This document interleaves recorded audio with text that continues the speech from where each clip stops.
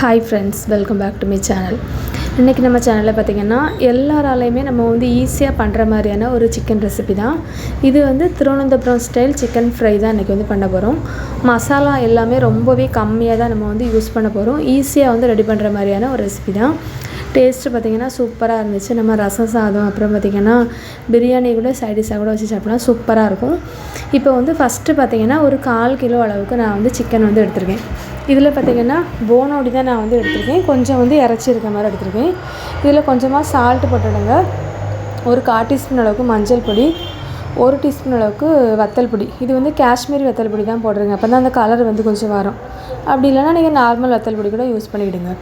இப்போ போட்டுட்டு இது கூடவே ஒரு 1/2 டீஸ்பூன் அளவுக்கு இறச்சி மசாலா பொடி, அதுக்கப்புறம் பார்த்திங்கன்னா ஒரு 1/2 டேபிள் ஸ்பூன் அளவுக்கு இஞ்சி பூண்டு பேஸ்ட்டு, இது எல்லாமே போட்டு நல்லா மிக்ஸ் பண்ணிவிடுங்க. ஃபஸ்ட்டு தண்ணி எதுவுமே நம்ம ஊற்ற வேண்டாம், அதில் இருக்கக்கூடிய தண்ணியே போதும். இப்போ நல்லா மிக்ஸ் பண்ணிவிட்டு ஒரு 1/2 மணி நேரம் அப்படியே ஊற வச்சுருங்க. இப்போ நம்ம சிக்கன் ஃப்ரை பண்ண ஆரம்பிச்சிடலாம். அடுப்பில் ஒரு பேன் வச்சுட்டு இதில் ஒரு 2 டேபிள் ஸ்பூன் அளவுக்கு தேங்காய் ஊற்றிடுங்க. கண்டிப்பாக இதுக்கு தேங்காய் தான் யூஸ் பண்ணணும், அப்போ தான் டேஸ்ட் நல்லாயிருக்கும். இதில் ஒரு 1/2 டீஸ்பூன் அளவுக்கு பெருஞ்சீரகம், ஒரு 1/4 டீஸ்பூன் அளவுக்கு ஜீரகம், சின்ன ஜீரகம், ஒரு பெரிய சைஸ் உள்ளே நீளமாக கட் பண்ணி போட்டுவிடுங்க. கூடவே கருவேப்பிலை, அப்புறம் பார்த்திங்கன்னா ஒரு காஞ்ச மிளகா, ஒரு பச்சை மிளகா, அதை ரெண்டாக பிச்சு போட்டிருக்கேன். போட்டுட்டு பார்த்திங்கன்னா லைட்டாக சால்ட்டு போட்டுட்டு இது நல்லா வதங்கணும். அந்த கலர் நல்லா சேஞ்ச் ஆகணும். இப்போ பார்த்திங்கன்னா நல்லா வதங்கிட்டு இதுக்கப்புறம் நம்ம ஊற வச்சுருந்த சிக்கனை இதில் எடுத்து போட்டுடலாம்.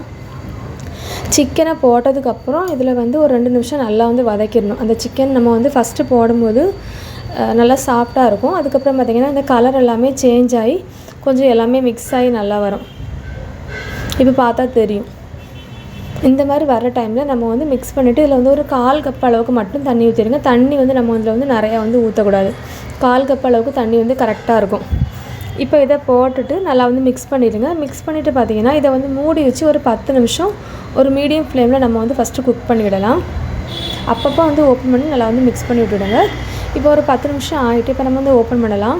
அந்த சிக்கன்லேருந்தே தண்ணி கொஞ்சம் வேக ஆரம்பிச்சிருக்கு, பாதி அளவுக்கு வெந்துட்டு இன்னும் நல்லா ட்ரை ஆகணும். இப்போ நல்லா மிக்ஸ் பண்ணிவிட்டு திரும்ப மூடி வச்சு ஒரு 10 நிமிஷம் நம்ம குக் பண்ணி எடுத்துக்கலாம்.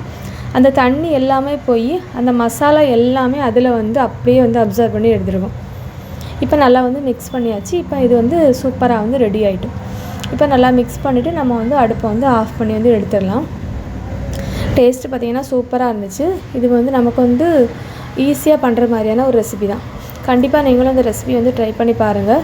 ஏன்னா டேஸ்ட் அவ்வளோ சூப்பராக இருந்துச்சு. இந்த வீடியோ உங்களுக்கு பிடிச்சிருந்துச்சுன்னா லைக் பண்ணுங்கள், ஷேர் பண்ணுங்கள், கமெண்ட் பண்ணுங்கள், சப்ஸ்கிரைப் பண்ணுங்கள். தேங்க்ஸ் ஃபார் வாட்சிங். லாஸ்ட்டாக பார்த்திங்கன்னா கொஞ்சமாக நம்ம இதில் மல்லிகீரை மட்டும் லைட்டாக போட்டுக்கிடலாம். தேங்க்ஸ் ஃபார் வாட்சிங்.